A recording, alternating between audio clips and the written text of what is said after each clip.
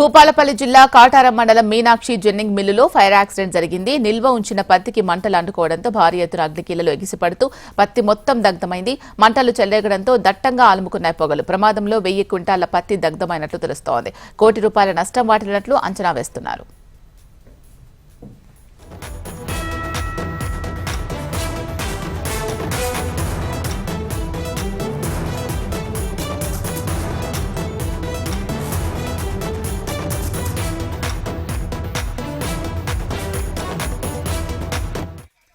భూపాలపల్లి జిల్లా కాటారం మండలం మీనాక్షి జన్నింగ్ మిల్లులో ఫైర్ యాక్సిడెంట్ జరిగింది. నిల్వ ఉంచిన పత్తికి మంటలు అంటుకోవడంతో భారీ ఎత్తున అగ్నికీలలో ఎగిసిపడుతూ పత్తి మొత్తం దగ్ధమైంది.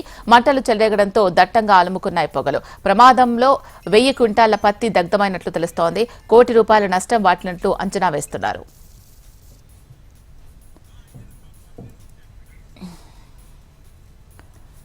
రైట్, భూపాలపల్లి జిల్లా కాటారం మండలం మీనాక్షి జన్నింగ్ మిల్లులో జరిగిన ఫైర్ యాక్సిడెంట్ కి సంబంధించి పూర్తి సమాచారం మా ప్రతినిధి అనిల్ అందిస్తారు. అనిల్, చెప్పండి, ఈ ప్రమాదం ఎలా జరిగింది?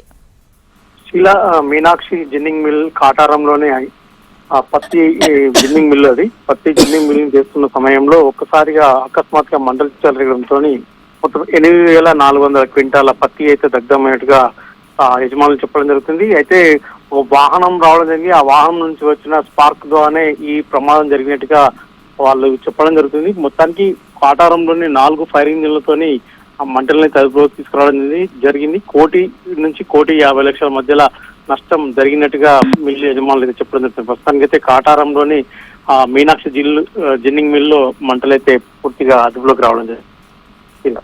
Right, thank you Anil.